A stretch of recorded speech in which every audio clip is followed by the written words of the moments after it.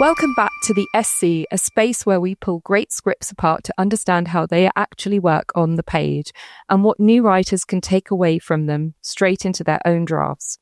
Today, we're looking at episode 1 of Fleabag, written by Phoebe Waller-Bridge. It's a script that breaks rules very deliberately. It plays with tone, structure, and audience complicity through its use of the fourth wall, and it's incredibly precise in how it hooks us and builds character and manages both comedy and emotional impact.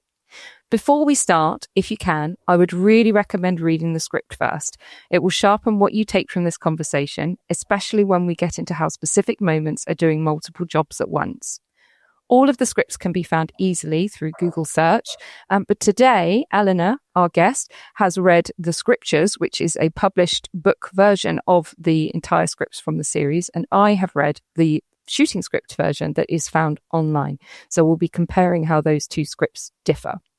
So Eleanor Greene, a script editor with a huge amount of experience working across television development and story. Eleanor, do you want to introduce yourself and tell us a bit about the kind of work you do? Sure.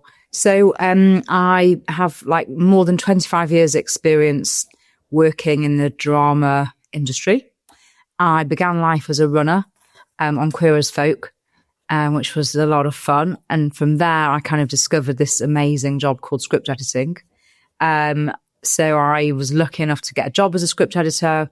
I learned how to develop projects at the heels of Nicola Schindler, who I worked with for 5 years at Red Productions. And I went from being a runner to a script editor and eventually produced a script, the BBC used to run a script competition called the Dennis Potter Screenwriting Competition. And the prize was a green light. And the script that I developed with a new writer won. And my prize was that I got to produce it. So I then went on to produce and to create and develop and produce Party Animals, Murder Prevention, various other kind of projects, and then went on to become an exec producer. Everything I've created, everything I've made, I've developed from scratch, which I'm really proud of. And I've also sort of dabbled in doing a bit of writing as well, fiction, novels, novel writing. And more recently, I've set up a script consultancy where I'm offering kind of feedback on scripts, Bibles, pilots, features. I'm also teaching workshops and teaching screenwriting where I can, which I'm absolutely loving. And I also have a very small slate of my own projects. I've got a couple of feature films in paid development. And I also have I'm story producing a stage musical based on a documentary, which is enormous fun and totally completely learning a completely new language, but really, really fun. And I also have a script TV pilot that I'm developing with a new writer as well, which I'm really excited about. So that's kind of where I'm up to. Yeah, busy lady. Wow. And in between all of that, you managed to squeeze in attending the London Screenwriting Festival this year. So if you attended this year, you should be able to watch Eleanor's sessions on the playback. One of them does feature me as the most wooden Bridget you've ever seen. That. Best shoes at the festival. Shoes at the festival. Best shoes, worst acting. Anyway, thanks, Chris, for stitching me up there. Okay, so let's get into it. So this story originally started as a Fringe stage show where it was mostly that monologue, conversation with the audience, one-woman show. And I was curious about the adaptation process and how the Phoebe Waller-Bridge has used the dynamics of audience engagement and use the fourth wall again in this. And just thinking about the advice that we can pass on to writers who might be thinking about using the fourth wall themselves in their own writing. I mean, it's unbelievably successful, isn't it? How she does it. In the back, I've got the scriptures, which is the fully produced. It's the scripts as they were shown on screen. And at the back, she does a whole kind of quite a detailed breakdown of how the show got made. And she talks about how they found the fourth wall. And basically, the project actually started as a 10-minute monologue at a writing night that she put on in East London. And from the 10-minute monologue, it then became the show at the Fringe. And the fourth wall was developed used with her friend Vicky Jones, who was the kind of producer of the stage play, following her around in the kitchen with her mobile phone whilst Phoebe was making some dinner. And they realised, oh my God, it works. And I remember watching it on the screen, on the TV when Fleabag came out, thinking, wow, this is the first time I think it's ever really, truly worked for me. It's just genuinely hilarious. And I don't know if that's because she was a woman doing it for the first time who was genuinely hilarious when we've seen men do it before. But I actually can't think of another time where I've actually thought it works, and she sustains it all the way through the series and the second series as well. It's like we are complicit in everything that she's doing, and we need to watch her. She needs a witness. And actually she talks about that as well in the scriptures, that her character needs a witness to what she's to the depravity and the lows that she goes to. So I think it's really important that when she created that fourth wall, it wasn't just because it was funny. It was also because the character needs a witness to how bad she is. And we then obviously discover that because of what she's done is so terrible. And its punishment is like a form of self-flagellation, which I think is why it works so well, because that bit of the character never goes away. And I think that in some respects, it feels a bit like, the opposite to show, don't tell. But like you say, because it is integral to the character, it does work really, really well. I think that the writer in me is questioning whether it's more successful because she is performing it herself as a writer, and she has that intimate relationship with this particular method of storytelling, and whether that actually holds a lot of the weight of the success of it as well. Whereas a writer who isn't going to perform the work, how their relationship or how an actor's relationship coming in cold might have with that text. But like this is really interesting. It might be a bit of a tangent, but I think that this taps into what I think when I read the scripts, which is ruthless honesty. So she tells the story with ruthless honesty, and there's loads of examples of it. But in relation to her being the writer who is also going to be performing it, and also like who she is, what she looks like as a human being, what her body type is. In that scene at the bus stop where a drunk girl leans on her and says, "You're a very nice man." And in the second episode, there's a scene where she's shagging somebody and he's going on about how she's got really small tits, and he goes on and on and on and on about how small her tits are. She's acknowledging her body type as a tall, skinny woman who was like got a sort of masculineness because she's got small boobs and she's tall. And so that is layered throughout, where she knows how far she can go and what she's comfortable doing, and also how her body works on the stage because she's an actress. I don't know if she was an actress before she started performing the monologues. She must have been. I think she comes from a very performative based family. Right. So if she wasn't formally, I'm sure she was internally. It's interesting to bear in mind, I guess, because I mean, something that I directed a play last year, and understanding a bit more about acting techniques, I feel has really informed my writing, and it's not something that I'd really thought of in exploring before I had that opportunity. So, for a writer actor to sort of be creating a show with how a performance is going to work, it certainly really struck me in this particular example. And what you might need to do if you're a writer looking at doing this format, what kind of research and investment you might need to do to pull it off, I guess.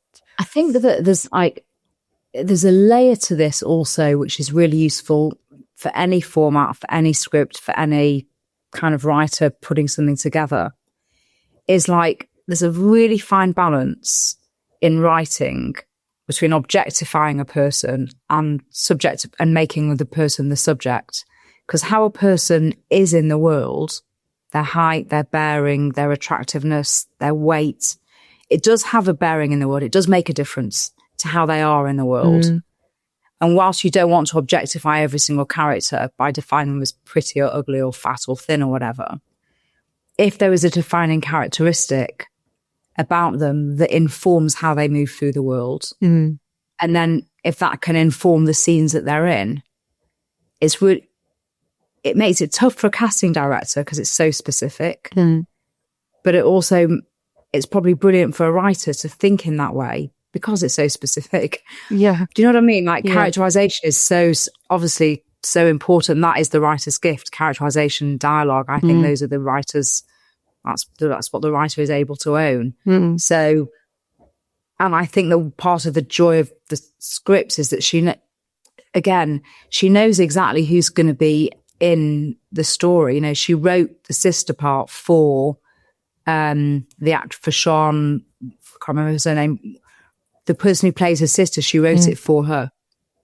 She wrote the priest for Andrew Scott, and she used their physicality, their speech patterns, all of that kind of stuff in the scripts. So it's probably maybe the final layer when you're polishing a draft. Yeah. To think about, is my character really specific throughout, and who do I want to play them, and how can I use that to infuse the character dynamics on the screen and on the page? Yeah, I think that's a really good segue actually into the character, and particularly into character introductions, character names. That first opening page is very provocative. That first scene, the wider scene of what happens that evening, and the way that we're introduced to the characters.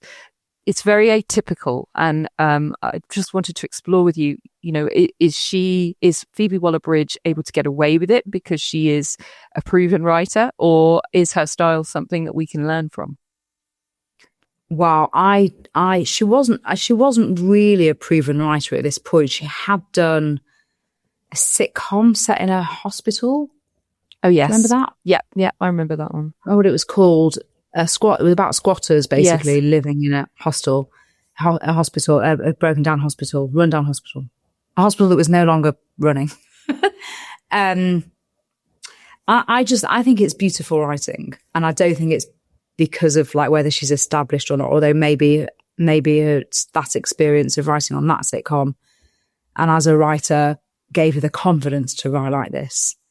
But it's provocative it just works. And I personally think it works on like really quite a lot. I've got so many post-its attached to this page that are emblematic of like what's brilliant about the whole thing. So one thing that I think works so beautifully, especially because it's on the first page, is her use of stage directions to set the tone and pace of the story. And that's actually, I said to you, I wanted to talk about pace because I think she does it all the way through. It's like there's a rhythm of 5 in everything that she does. All the sequences seem to, not every single sequence, but they all seem to work generally in sort of 5 beats, or a series of 5 scenes or a series of 5 beats. And she sets that up in the first 5 lines. Sounds of a woman breathing. Shot of the inside of a front door, Fleabag's POV, that's the second beat. Third, shot of a Fleabag a few steps away from the door watching it as if she's ready to pounce. Fourth, out of breath. Fifth, shot of the inside of a front door, Fleabag's POV. Shot of Fleabag, turns to camera, speaks. So it's kind of got a very, very, very deliberate cadence. Even how it looks on the page is pretty. 2 short sentences, 1 much longer sentences, 2 short sentences, and then she turns to camera. Do you know what I mean? Yeah. Yes. It's a visual exercise on the page of beauty, as well as it being really funny and clever. Yes. Yeah, it does. It does really work, doesn't it? And it's quite that first page where it's with being told this is how you're going to watch it. You're going to watch it in this very omnipresent way. You are going to be part of, her internal psyche and understand that. Yes, it sets out its stall from the very beginning. Yeah, it's so bold. So just in that thing, it's just in that kind of extract, it's just really bold and clear, and also it's like come hither. It's very come hither. Yes. So the character introductions, I observed that they were mostly given to us via action and judgment, rather than, the typical, in brackets, sort of, stoic and hates the world, or, all of those typical ways that we would introduce them. She almost ignores that rule and even doesn't give us any ages. And for all the characters except for 2 in this first episode, she doesn't even give them proper names. She kind of almost gives us a name that sums up their character. How do you feel as a script editor, sort of reading the way that she introduces the characters, and what would you advise writers to take away from that practice? Wait a sec, just for my own curiosity, I'm loving how deeply analytical you are and that you've counted. So we've got, so who does she give more? So Arsehole Guy is just a handsome man. Yeah. Who else does she give more of a description? Oh, the mother-in-law. Yes. She gives more of a description to mother-in-law, a woman. Yes. Does she give more of a description to Claire, the sister? I bet she does. She describes her as being anorexic, but she gives us that description by through her internal monologue again. So she's not using. Is that why perhaps she's not using these parentheses, because she's giving us that? She actually gives us a seat next to a serious, well-dressed woman. So we know she's a serious, well-dressed woman, Claire. Yeah. So, okay, not to do too much of a deviation, because we definitely talk about how characters are introduced. Mm-hmm. At the back of the scriptures, she talks about how this whole thing was the reason that she wrote Fleabag, the 10-minute monologue in the first place, was a response to feminism. And she says, a rage grew in me at the invisible lectures I felt I was getting all the time about how to be a woman, how to be a feminist, that the world measured a female's worth only by her desirability. Mm-hmm. And I think every time she describes a woman, she doesn't describe her by her desirability, but she does give her quite a few sentences. Mm-hmm. And every time she describes a man, she describes him by his desirability or lack of. Okay. So she's deliberately inverting the convention. Yes. So a lot of deliberate thought has been put into the way that she is introducing these characters in the theme of the show that she's written. Totally. Yeah. So I think that's like really, really key, because she does that really conspicuously and consciously, especially when you know that that's why she wrote the show. Mm. And back to your original question, I mean, it is a tricky one. I read so many scripts that describe exactly as you just said, he's stoic, he's this, he's that. Oh, she is gorgeous, she's blonde, she's tall, she's frumpy. The truth is, if it works, it works. And if it doesn't, it doesn't. And it's to do with the writer, their voice, their tone, the other words that they surround those descriptive words with. It's to do with the subconscious bias that we think we're interpreting when we're reading a script. So I don't ever really like to stick to any hard and fast rule. And a bit like when you're reading a novel, you either love the description or you don't. I don't love lots of description. Most readers of scripts don't like lots of description. I think there's generally a rule of 3. Use 3 descriptors and then get on with it. Yeah. She uses none for the men. Yeah. What do you do in your own writing? I think one thing I've been really enjoying doing in my writing is setting up a character before we meet them, so that we're learning about who this person is before they're introduced. And we're coming to that scene then with this predisposed idea of how we feel about that character, which is easier once you're into the script. But when you're first engaging with them, I do really like to sort of set the scene and how juxtaposed a character might be in that moment, so that we can instantly gauge who this person is that we're going to be introduced to. So, for example, in one of my scripts about a man with breast cancer, the opening scene. He's in a village hall where he's picking up his son from ballet, and he's surrounded by mums, and he's hiding himself away. He's clearly very uncomfortable, and it is focused on watching this woman breastfeed. And instantly you're already feeling like, oh, why is he doing that? What's going on there, and how does he fit into this very, very different world that is juxtaposed to who he is visually as well as who he becomes. That's the way that I approach character introductions. That sounds like a really painful scene, like in a really good way. Yeah. It's funny. It's meant to be a funny scene. It sounds funny. I mean, it's like it's unexpected. It's kind of tragicomic. It's great. So what she does, and she does it, I think she's a very, very minimal writer. And again, very lean scripts. Very lean. As a sort of word of advice, it's a horrible truth, but readers, when in the days when I used to like read scripts, physically print out 100 pages of a script, and it's like quite, a wedge, a doorstopper of a script, you sort of approach it with a bit of dread because you think, I've got to read the script. What if it's awful and doesn't hold my attention? And it's such a big chunk of work.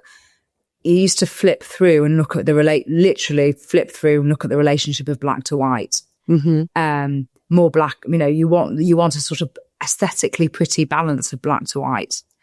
And it was often quite an interesting guide to how good the writing was going to be. It still is a good guide, but you don't flick through the script anymore. You tend to read it on an iPad or on your laptop.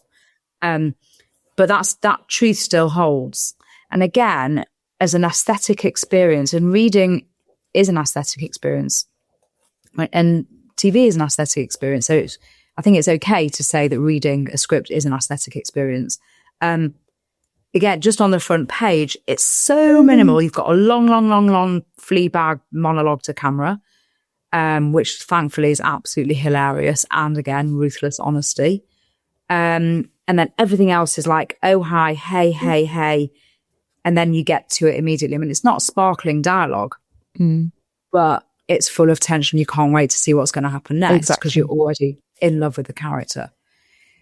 So, in terms of how to introduce a character, like I say, if it works, it works.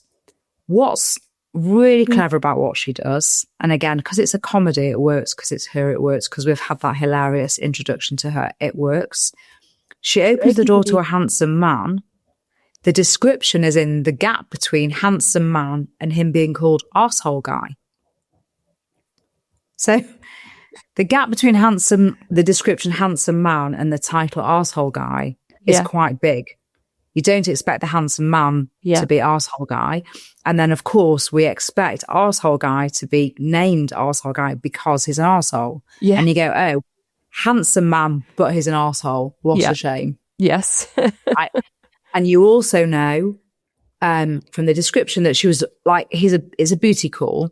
Yeah. And like, she was sort of about to go to bed, but like always coming over for a shag, and she enjoys having sex, so why not? So we know so much about him before he even walks into the room, because we know he's a booty call. He likes her to be slutty and dressed in suspender belt and whatever else she's got dressed up in. He's handsome and he's an arsehole, right? Yes. So we know so much. We think we know so much about him. What's so clever? What is so clever is that the arsehole refers to her own arsehole. Which is the punchline of again, it's 1, 2, 3, 4, 5 scenes. It's a 5-beat scene, effectively. And it's 5 scenes, but it's a sequence in 5 beats. I think that's a really interesting difference again between the two scripts, because the scriptures he's described as arsehole guy, and in the shooting script online he's described as guy you like. And I think guy you like. Guy you like. And that's something that happens quite a lot throughout this script, is she puts you, it's in the second person, because when she's describing that opening scene, she's saying you all the time. You let him in, he's thrilled. So it's guy you like, and so it's making you the center of the story, and it's being relatable. So we in are that way. Fleabag in her head. We are also Fleabag. Yes, yeah. She's kind of describing that's it. so interesting. So it's kind of, when you get to the end of that first page, you realize he's edging towards your asshole. So, you're being told, she's inviting you to put yourself in her shoes and imagine what that feels like. And then she contradicts it by saying, but you're drunk and he made the effort to come all the way here. So you let him, he's thrilled, Yeah. So, it's kind of a bit like, I think that's the decision I would make. I mean, not personally, but it's supposed to make you feel that way, isn't it? So yeah, it's very interesting how she uses that. I mean, also, by the way, since you've revealed, also me, not personally, but that's what's so brilliant about her ruthless honesty. Again, like it's so personal to her. She is Phoebe Waller-Bridge as Fleabag, as us. Mm-hmm. So we're invited to join the party with the ruthless honesty. But also, if it's not for us, it's also not for us because it's just Fleabag. It's so clever. Yeah. Do you know what? Yeah, exactly. So that's so interesting because actually, the guy you like also works for the gag. Mm-hmm. Handsome man, guy you like. There's a sort of dissonance between handsome man and guy you like. It sort of implies that he doesn't like her as much as she likes him. Yeah. Because it's still a booty call and it's not ideal. But the gag still works the same. Do I have a massive arsehole? I mean, it's just so funny. It's very, very funny. And, the really brilliant thing is she turns something that's quite funny by the end of the episode, especially after she's left her sister after the lecture, and you realise that she's actually just desperately lonely. It isn't so much that she enjoys sex. She obviously does, but it's that she just cannot stand her own company. And it turns something comedic into something quite tragic. And that prevails throughout all of the series, I think. And that sort of, like you mentioned, that self-deprecation, that self-flagellation. On an even deeper, more meta level, there's another sort of feminist, I guess, thing going on, which is she's literally filling the hole. Any old hole will do. Yeah. For the gap that's been created. Yes. Yeah. Yeah. If she could fuck someone up her nostrils, she probably would, just to like obliterate. Would we watch that? What? Probably. Probably. But I mean, I'm not sure where else we can segue into this, but I am going to just say the Obama masturbation scene. Oh, yes. Would we watch that? So I remember, again, after the first episode came out, I think that, with my friends, especially the ones who aren't in TV, who didn't necessarily think it was interesting to analyse the script in the way that we're doing now. By the way, I'm having the best time ever. Oh, good. Please ask me to come back again. It's my favourite thing to do. I love it. The thing that we all talked about was, oh my God, the Obama scene. Yes. It's so naughty. Again, ruthless honesty. It's my, obviously my keyword, my watchword of the day. She's masturbating to Obama. It's so naughty. It's so naughty. I think he was president of America at the time when it came out. Yeah, I think he was. Yeah. And sort of everyone's hero. And obviously he's a really attractive man. But it's almost like, I remember thinking it was the most subversive aspects of the whole script, of the whole thing, because she'd just gone there with what many women were possibly thinking about, not thinking about. Do you know what I mean? Yeah. It's sort of, she went there. Yes, exactly. And I think it was really clever at highlighting actually the differences between male desire and female desire. And Perfect. Obama in that moment is really representing someone who is for the people, really kind, really generous, really fun. And his character speaks more than, especially as he's in a suit delivering something formal and professional. Oh my God, 100%. You're so right. He's about strength he's about strength and power and masculinity and security, care, security. All of those things that women need, I think, to be fully turned on by a man. Whereas men would be looking at things in a very physical way, as we know. Well, The idea of the two different pornographies are very different, and I loved that. That's what I took from that script. You're so clever. Yeah, you're totally right. That is 100%. It's illustrating that. That's very clever. I like that. You're right. Well, Phoebe did it, not me, but yeah. Maybe. So very clever analysis. You're right. Yeah. So sort of one of the other things that I really wanted to touch on is the idea of the genre. So I think this is something that comes up quite a lot, especially with new writers. It's definitely something that I trip over occasionally. We're very much told that the comedy drama doesn't exist, and it is a comedy or it is a drama. Now, with this, we've got Phoebe's signature 10 laughs to 1 gut punch. And the way that I'd been looking at the two genres was that if the payoffs are dramatic, it is a drama. If the payoffs are comedic, it is a comedy. So where would you say that this sits? I feel like because it was on the BBC, I feel like it came from their comedy department. Yeah. So where would you as a script editor say that this particular tone sits? I can be even more specific than that. I can tell you as a producer who pitches to broadcasters, or who used to pitch to broadcasters more frequently. When it's talking about comedy or drama, is actually less about what the thing is and more what the length is. Oh, okay. So you used to only ever be able to make half hours, sort of determined by the BBC, but I think that I think it sort of still holds, even though if you're pitching or making something for Netflix or Apple or one of the other broadcasters, the lengths are always kind of quite different. 26 minutes or 36 minutes. But broadly, comedy is around half an hour and drama is around an hour. And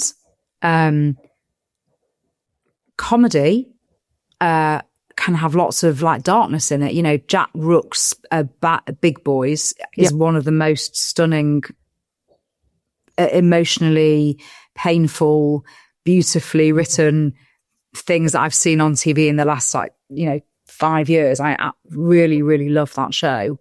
It's definitely got a lot of heavy story in it, but it's absolutely a comedy. It's definitely a comedy. It's a proper story. And I think that comedies have evolved over the years, sort of Fleabag, Catastrophe. I think Catastrophe was maybe the first that did it, where it was a comedy, commissioned through comedy. It was half-hour episodes, but told a proper story with a really proper serial arc all the way through. The other one that did it that I loved was His and Her. Oh, yes, that was good. Him that was and a Her, while sorry. ago now, yeah. Yeah, which is good. Another one of my absolute favourite all-time shows, which had a proper story arc, but it had a lot of very big comedic elements in it. It was a bit more like a sitcom. I mean, each episode had a big arc, but they did always return to the kind of status quo. Yeah. So in terms of it being you obviously like a comedy ends with a comedic, or always a comedic sort of bang. Yeah. And she mainly goes for that. So each scene ends on a comedic bang. But it is a comedy because it's half hours and it was commissioned through comedy. That is basically it. And if you think about like a Shrinking on Apple, it's half hours. It's definitely got, hard drama bits in it, proper storytelling, some bits that are really emotional. Harrison Ford's character is suffering from Parkinson's and struggles with his relationships with his daughter and his new partner and with everybody around him. And they're definitely like quite serious beats, but it's absolutely played for comedy. It's feel good and it's half hours. And that's how we know it's feel good and comedy. Then is it quite difficult to pitch something so heavy in, like, as Phoebe's written this, there are some incredibly heavy, dark themes in it. Is it quite difficult to pitch that kind of comedy? Well, I don't think so, because she'd made this show that had been unbelievably successful, and it was like literally, what's the adage? Make them laugh, make them cry. And obviously James Dean said, and leave a good looking corpse. But the make them laugh, make them cry is Shakespeare, right? So she did that. She went to Edinburgh, she performed a show, she made him laugh, made him cry. As I remember, there were like 30 people bidded for the rights to tell the story. Gosh. And the BBC also invited her to do so. So they knew what they were getting into and they wanted it as a series. So in this particular example, she'd earned the right to tell the story how she wanted to tell it because it was based on her stage play. So I don't think in this case, it was a hard pitch. Similarly, Catastrophe, Sharon Horgan had done loads of really brilliant, I think she did Pulling before she did Catastrophe. She'd done other stuff before that. She knew what she was pitching when she pitched Catastrophe. And I think, really good comedy holds really serious themes. I mean, I'm thinking of that show now. It's going to fly out of my head. I can't remember what it's called. Father and son, really old comedy. Father and son are selling bric-a-brac from the back of a truck. I can't remember what it's called. Steptoe and Son. Oh, yeah. Wow. Yes, that is quite old. It's really old. But at its heart, they hate each other. Yeah. They're stuck together. Porridge. He's stuck inside a prison. Really, really good comedy has tragedy at its heart because otherwise the comedy's got nothing to feed off. This is just my view. I've not done a deep dive into this analytically. But what drives her is this darkness, and that's why she behaves as crazily as she does, and the craziness creates comedy. So I think if you'd have told this as a drama, no one would watch it. If it was a straight drama, no one would watch it. Yeah, that's interesting, actually, if you change the tone of it. And what pitch it as a drama. It's about a woman who slept with her. Pitch it as a drama. A woman sleeps with her best friend's husband. Her best friend is so devastated, she steps into the road and is killed 3 times over by a bike, by a car, and then by another bike. And it's about how she deals with that in the aftermath. I mean, literally, I want to slit my wrists. No, thank you. I'm not watching that as a drama. Yeah, and I feel guilty for wanting to laugh at the killed 3 times over, So, okay, let's say as a drama you wouldn't pitch that she's been. That's what tells you it's a comedy. Yeah, exactly. So they would have just been hit by a car or something. A car hit by a car, and it's how she deals with the aftermath. Yes. Okay, and commissioning editors will say, how does she deal with the aftermath? Oh, she sleeps with 1 million people. Yeah. Right. Why do we care? Ooh, yeah, it's the love big hating. Ugh. You're not watching that. No. So that's quite useful exercise. Flip Catastrophe into a drama. Catastrophe. A woman accidentally, has a one night stand, gets with a man who lives in Australia, gets pregnant, decides to keep the baby. He flies over and they try and make it work. I mean, what I'm imagining is a lot of nappies and screaming babies. Yeah, and the typical arguments of, but I've got to go to work. Oh, but, we were in this together. You can see that. You're absolutely right. So I guess my takeaway would be, as a writer, if I've got a story and I'm really hovering about, is this a comedy or does it sit in drama, is to try and flip it one way into those premises. Yeah, that's really interesting. Yeah, that's a strong takeaway. You can tell the darker stuff by making it. Sorry, I didn't mean to talk over you because I can't see you. Go on, sorry. No, that was it. I was done. No, I talked over you. What did you say?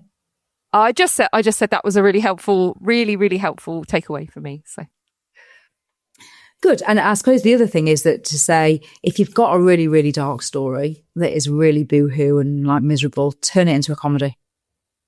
Yes, that's also another good piece of advice. And I think I can see that I managed to the script about the boob, the man with breast cancer. I had that read as part of the Women in Film and TV showcase last week, and having an audience react to the story, being able to hear them actually laughing for almost all of the script. I hadn't actually seen that as a comedy. I'd seen it as a drama with character comedy, But now I'm wondering, maybe I should reduce it to half an hour and pitch it as a comedy, especially as it's quite a dark theme. But drama, Happy Valley. Yeah. Yes. Also funny. Was really funny. Yeah. Because Sally's really funny because the lines that she gives her characters are acerbic and witty and insightful and really funny. So the rules are there to be broken, you know. I wouldn't say necessarily, suddenly volte fast, turn it into a comedy. Because if you've written a drama, you've got enough story for a drama. I mean, a man with breast cancer is, so taking your idea, the notion of a man with breast cancer, it's not actually inherently funny because breast cancer is never terribly funny. It's awful. A man with breast cancer feels like an issue story, right? So an issue story can tolerate an hour because you're exploring an issue that is very, very underexplored. No one talks about it. Yeah. You know, who cares about the man? You know, even if he's got breast cancer, it's kind of like one might have that approach to begin with. And it's sort of very offhand, not particularly sensitive way. I realise that sounded insensitive, but I mean, if you're sort of like trying to sell scripts, you're like, who cares? But what you're saying is it is an issue and here's how we're going to explore it and here's how difficult it is for a man to navigate the world of having breast cancer because, you know, he doesn't have breasts and he's with all these women and he's going to like whatever Macmillan cancer meetings I'm imagining in your script and he's surrounded by women who are like, but you don't even have breasts. And I bet that's really hard for him. Yes. You know? Yeah. So even though I can imagine lots of comedy in it and thank God, because otherwise it'd be really miserable. I can see and imagine that the drama, because it's got quite a heavy issue at its heart, could absolutely tolerate it being a drama, but it just happens to be really funny. Okay. All right. So that's good. That's good. Yeah. You know, don't throw everything out. I'm trying to think of another fairy. What was it on the BBC? Fairies and something. Lost Boys. Lost Boys and Fairies. I mean, oh my God, cried my eyes out. Beautiful drama. Funny. Yeah. Issue. Adoption. Okay. Gay men adopting. That's really helpful context, actually, because, well, as you just saw, it would be very easy for me to go, it's definitely not a drama then. But yes, okay. So it's a very deep subject. It is. And one more thing I would say is like, you might meet a comedy producer tomorrow who came to the showcase and finally, like, you know, picks up the phone to you and says, do you know what? I saw that. I want to make it a comedy. It'd be brilliant. Yeah. Right. In which case, go, okay. Do you know what I mean? The contract. I'll do anything. Yes. Yeah. Yeah. It would work. Yeah. But I'm just saying it doesn't mean it won't work if it's a drama.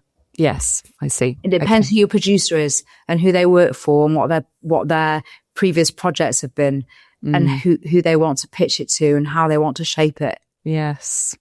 Yeah. Yeah. That's another interesting perspective to play on. You know, what does the commissioner want? What do they want from you, from your story? Yeah. And I think, you know, it's a real clear reminder that what looks effortless on screen is doing very precise work on the page. And totally. So is the case for Phoebe Waller-Bridge's script, Fleabag. Are there any other advice or talking points that you want to go through? We did talk about this sort of the MacGuffin. The MacGuffin. Well, yeah, the MacGuffin, and also the Save the Cat moment, which I think is quite interesting. Yes, so the Save the Cat moment was really interesting. This was what came up as a bit of a disparity between the script that's online and the script that's in the produced book, the scriptures. So the Save the Cat moment is where Fleabag is in the pub with Bus Rodent and she steals £20 from his wallet, which she drops, and he gives it to her thinking it's hers. So, you know, we're thinking, well, what a terrible person. And then she goes and sits outside on the curb and helps this girl at the bus stop, drunk girl at the bus stop, get into the taxi. Now, in the script online, you'll read that she gives the woman the £20, which is a Save the Cat moment. But interestingly, it never made it to the final edit. And it was something that we wanted to explore a little bit about why that might have been cut. So first of all, do we assume that your listeners know what the Save the Cat moment's supposed to do in a story? Now, that is a very good question. Would you like to give us a little précis of it? Save the Cat moment is a moment in the script or story that allows the viewer to think she's not terrible. It's like she has to do something heroic or noble in order for us to know that she's not a completely terrible person. It helps make us like the character a bit more when they're doing terrible things. Yeah. Which, in the way that it's described in that online version of the shooting script, is exactly that. She steals something but uses it for a good thing. So we start thinking she's terrible and end thinking, oh, that was nice, actually. Now, why do you think that didn't make the final edit? It's so interesting and it's so obvious to me. So what in the shooting scripts that I've got, that in the scriptures, she steals the money, she drops it, he gives it back to her thinking it's hers, exactly as you describe. But she goes to the bus stop and uncomplainingly, and the drunk girl, she falls on the floor, her boob pops out, Fleabag pops it back in, and then they sit at the bus stop, wait for a bus, but instead of a bus coming, a cab comes, and Fleabag just puts her in the cab. And the drunk girl calls her a man, says you're a very nice man. And Fleabag just puts her in the cab, and it's unthinking. There's no commentary about it. There's no absolutely zero judgment. And interestingly, what it cuts to straight away is, let me just find it in my script. It cuts to pretty much straight away. Fleabag says, hey, do you want to come home with me? Implying like she'd even fuck this girl as drunk as she is, because that's how lonely she is. The girl says, what no way, you naughty boy. Drunk girl gets into the cab and Fleabag watched it drive away. So Fleabag has been kind. She has saved the girl. She's saved the cat. Right? She's made sure she's okay. She's put her boob back in. She's put her in the cab or helped steal her into a cab. And even asked her back to her own house. So in the moment where she's being kind to the girl, she's also revealing how lonely she is. And then you cut straight to a flashback at the cafe with Fleabag and Boo singing another lunch break, another abortion, another piece of cake, another 2, fuck it, 20 cigarettes, and we're happy, so happy to be modern women. So you don't need us to give the £20 to the drunk girl, because she's already made sure she's okay by picking her up off the pavement, tucking her boobs back in and not being upset that she called her a man, and she even invites her back to hers. So we know that she's so lonely. So even though she stole the £20 from the man, from the bus rodent, she's taking care of the girl. Yeah. Who cares if she keeps the £20? It's only £20. He was a rodent anyway, with big teeth. And she's lonely and miserable, and we're going to find out why. So it's drawing you into the why, the emotional drive of the story. Why is she so miserable? And who is this Boo character? And why do we only ever meet her in flashback? It's creating questions. So you're already on to the next question. So you don't need us to give the money back. No, that's very, very true. She has already done that Save the Cat moment. So, doing it twice, 3 times is almost unnecessary. And you could use that time to support another area of the storytelling. And I guess... But I can see... Sorry, go on. I was just going to say, I guess that the comparison between that drunk girl and then we cut to Boo, who's drunk, is, Fleabag looking after. In her mind, she's still thinking, she sees a drunk girl and is reminded of Boo being drunk and being able to pack her off into make sure she's safe. It was really, really deep threaded, emotional guilt. Totally. Yeah. Exactly. But by the same token, I can see why it's in the script. Yeah. It makes sense that it's in the script, in the shooting script. It is interesting that you've got a setup and no payoff in, she takes the money. What's it for, if not for it? It's that Chekhov's gun. It doesn't go off. What does she use the money for? Or is the point that she just sees an opportunity and takes it? She needs money. We know she needs money, but is £20, what's that money for? So is that, does it feel unfulfilled in the screen version? You don't think so? No, I don't think so. We know she needs the money. She's skint. She needs the money. Yeah. And I think she runs a cafe that no one comes into.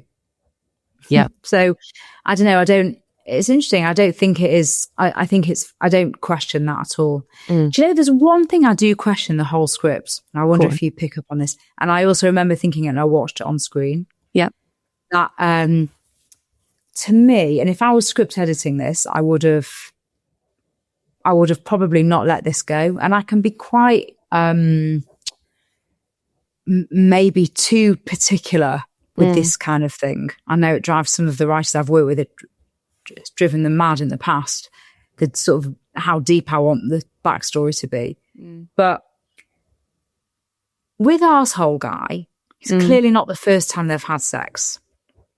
No. And we meet him again I think we meet him again in this episode. We certainly meet him again in the next episode. So there's a sense, there's a regularity about them having shagged at least more than once. I'm from the way the scenes are written, 3 or 4 times. But there's also an immediacy to her having broken up with Harry. Yeah. As if that was only last week. And I think there's something, I mean, even though she shagged her best friend's boyfriend, which we don't know yet, we don't know that she shagged him while she was with Harry. So I don't know if cheating on people is part of Fleabag's. If she's got a boyfriend, she's got a boyfriend. She doesn't also cheat on those boyfriends. I'm not sure if Fleabag's morality is quite that depraved, because obviously Fleabag's depraved morality comes from what she did to Boo. Yes. Which implies an already depraved morality, but not quite as depraved as when we meet her. Yeah. So the point I'm making is, was there enough time between breaking up with Harry, which feels immediate and very recent, yes, for her to build up a fuck buddy relationship with Arsehole Guy, which seems to have also been quite recent? So I feel there's a crossover that I don't quite buy. That's my only note on the script. I think you see through quite a lot of the script and, the produced script and the shooting script that she have a very toxic trait of, I meet someone and within the first 30 seconds I've asked them if they want to come home with me. So it feels plausible that she may have broken up with Harry, say, last Friday, and then, has had one proposition. It must work, otherwise she wouldn't keep trying it. But this proposition of, do you want to come home? And yes, which is possibly why she's so offended when Rodent Guy declines her, because she's just like, what? Why? Everyone I ask just says yes. It's the women that say no. So I can believe it, but I have to think about it. And the Harry timeline does feel a bit out of sync with Arsehole Guy and also Bus Rodent. And then when you add later on, when you understand that she's having an affair with Boo, perhaps by then you've forgotten all of those interactions. But the timeline consistency does feel a bit varied. So I can see why that would be a sticking point. Yeah. Just a tiny bit off. I would just make it so that you were clear that she and Harry broke up. When they broke up. Therefore, like her and Arsehole Guy got together and fucked a few times. But anyway, it's the only criticism, really. Yeah. So that's the save the cat moment.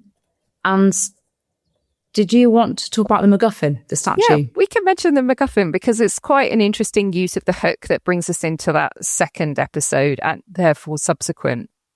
And so the MacGuffin, the MacGuffin in this series is the statue, this feminist statue of this bust of a woman without arms and legs, because her femininity is supposed to be warrior-like and strong, and and it's worth a lot of money and it's worth a lot of sentimental value to her stepmother.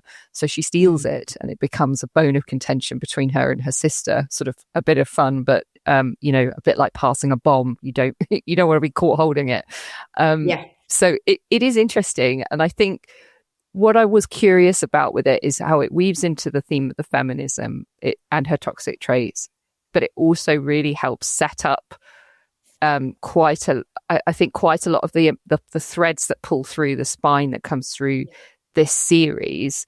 They're very defined. You've got the Boo relationship, the relationship with her family, the relationship with her sister, and those things constantly are churning away. There isn't a this week we're focusing on, next week we're focusing on. They are all building pace all the way through. And it's quite fascinating that she's gone from a 10-minute monologue to what is it 3 hours in total, this series? You know, that's quite impressive to have stretched out that story so much with those little well, I guess several MacGuffins going on, but particularly that one. No, that it's brilliant. I feel like, I bet someone, basically going back to our kind of like comedy or drama conversation, it needs a plot. You can't just sustain a story on she's brokenhearted because her best friend has died, it's all her fault, she's going to shag her way out of it. Story needs a plot to draw you forward. Oh, they say, don't they? TV eats plot.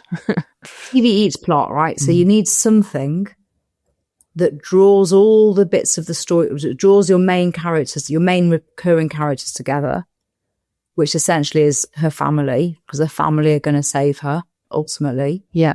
They're not going to leave her or to desert her. So you need something that brings it together. What's genius about it is that it's so despicable what she does that it could threaten to blow the family apart. So the last kind of wall that's holding her life together could crumble if she has her way and sells that statue. So it becomes really, really important, the statue. Yeah. But it needs something. And also, I think it's physically heavy. Yeah. And it's worth a lot of money. And money, a bit like a gun in Chekhov's Smoking Gun. Yeah. Money carries a lot of weight in a story because we all know how money can divide families and create conflict.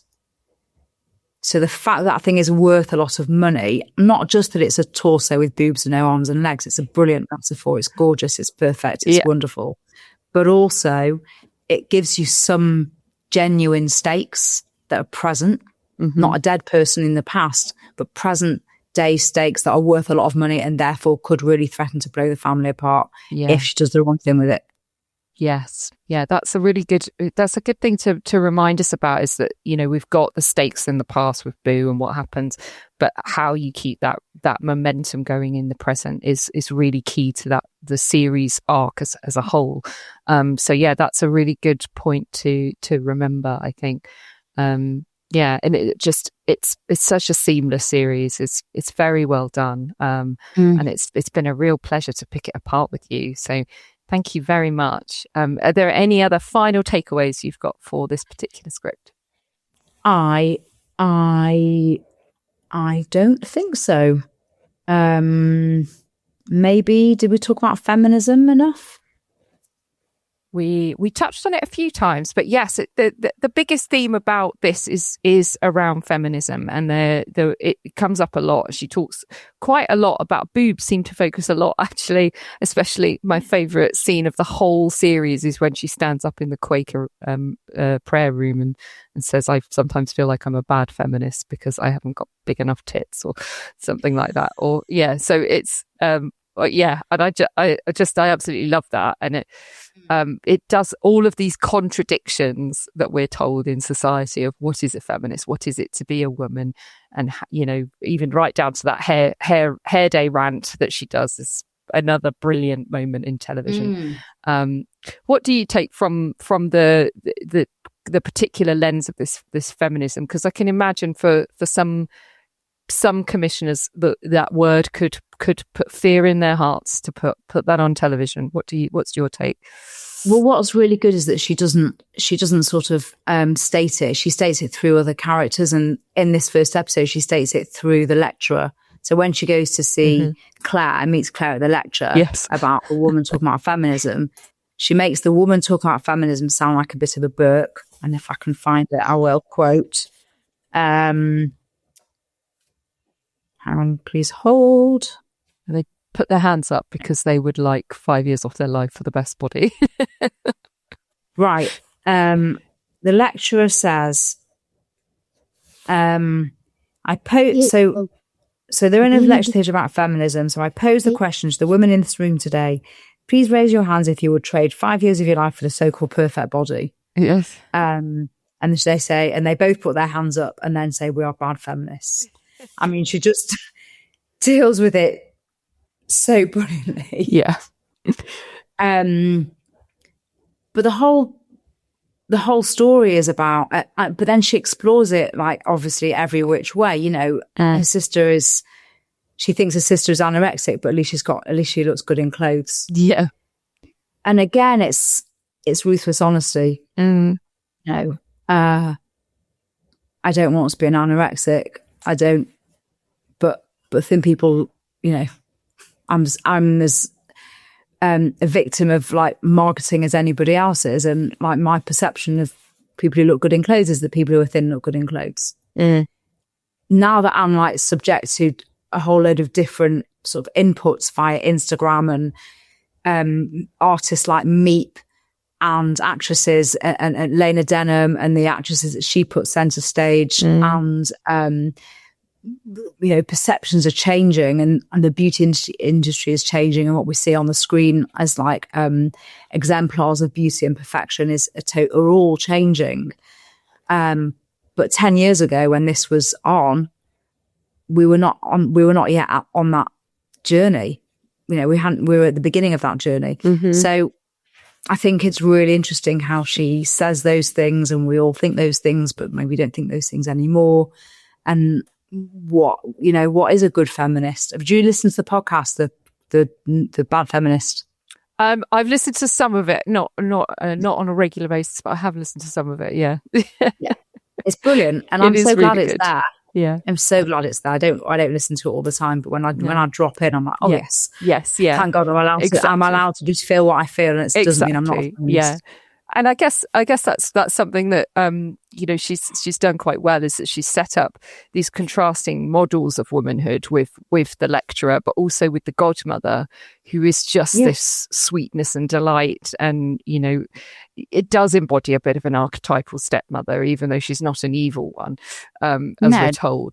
But and then you've got Claire, who is probably a better version of Fleabag, or the version Fleabag wishes she was, and isn't. And then gels so well with Boo, who is this other very fractured, damaged, bad feminist, I guess. And she's lost the anchor, the thing that makes her feel justified in being, having the outlook she does, and is completely at sea because there's no one else she can you know, moor herself to.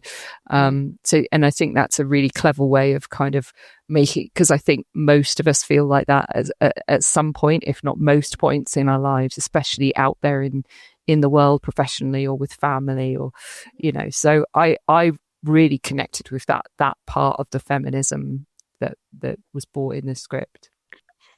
Did you think she was a bad stepmother? I thought she was quite sweet. No, I think that's it. I think it's there's lots of ways people can be quite sweet, and I think this is what's really good about that characterization. And Olivia Colman plays it so well. She's so lovely and supportive that it's toxic.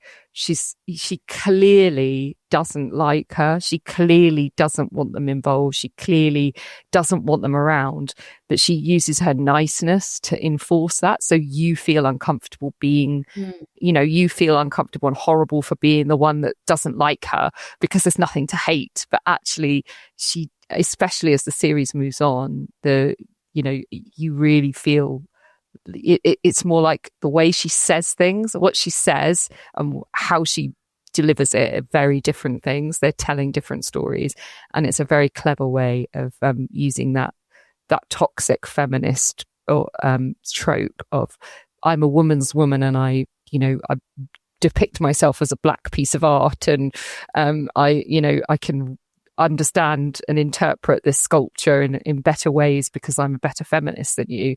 But at the same time, I'm not really going to support you as a woman, especially as someone who's lost their own mother, and she's a walking contradiction, and that's what makes her a toxic character for an antagonistic force for Fleabag, I think. I have to say, I know we're totally running over time, but I don't totally agree with that. That's good. I like that. Yeah, I think that she hates her because she's not her mum.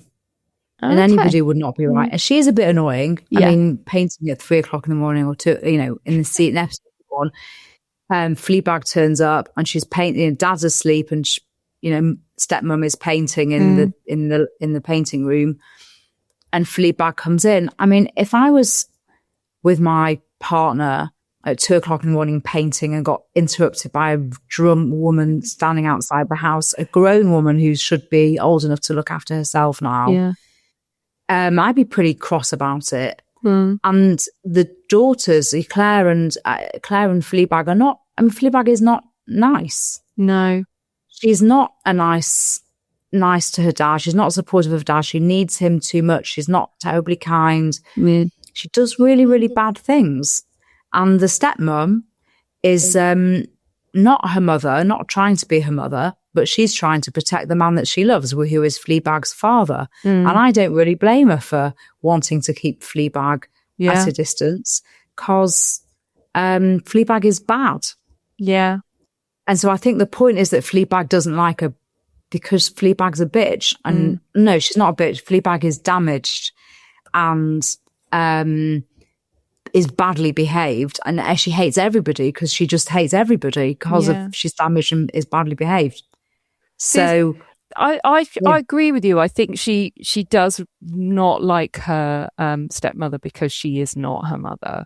And I wonder if, because it's something apart from her dad telling her not to do something, and she's obviously got some kind of, defiance disorder, she, would quite happily go upstairs, even though she does she know what she's going to find?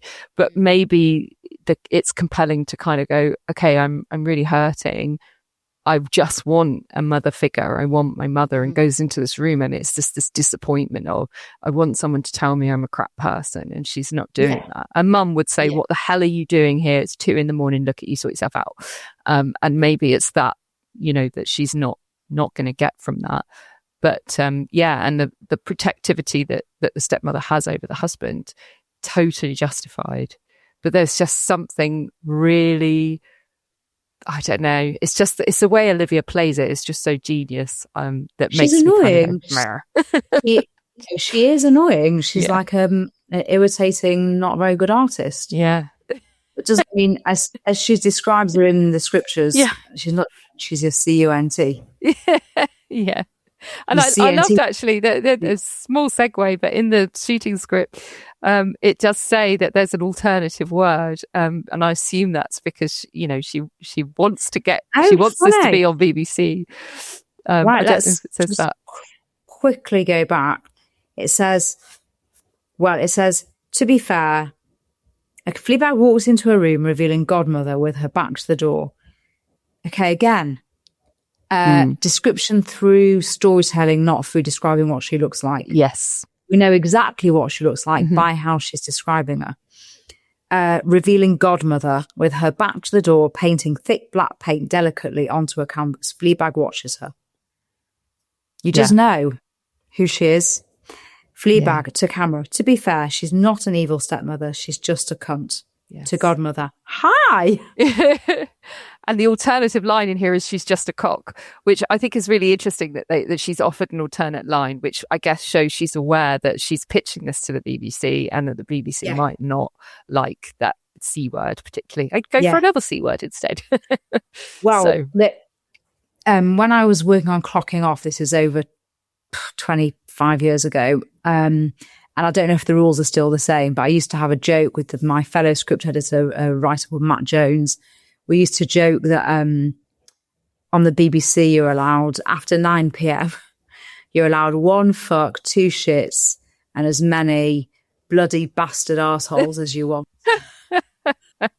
But no cunts. No cunts. Well, it's and that was different the now. ruling on that was the ruling on like how many swear words you were allowed in a script. And she only uses cunt once, I think, in dialogue. Yes. Yeah. And they must have, I imagine, well, maybe for comedy it's different, but they would probably have got a special dispensation. Also, it was after 10. It was TX after 10. Yeah. That makes a difference. Right. We should probably wrap up. I feel like you and I could talk about this script and this series all day. Endlessly. And you're a very busy woman, so I don't want to take up more of your time. And for those... It's fine. It's been amazing. Thank you so much. It has been really lovely talking to you, and I'm really pleased that we've been able to do this. And we are going to come back and we're going to pick apart the Wuthering Heights film when the script is available online. So watch out for that one. And if you're listening and you have not already read the script for Fleabag, go back and read them, all of them. If you can get your hand on the scriptures, it's got some very insightful things at the back. But otherwise, you'll be able to find the scripts easily online and really enjoy it. Really enjoy the series again through the eyes of the way that the script has been crafted.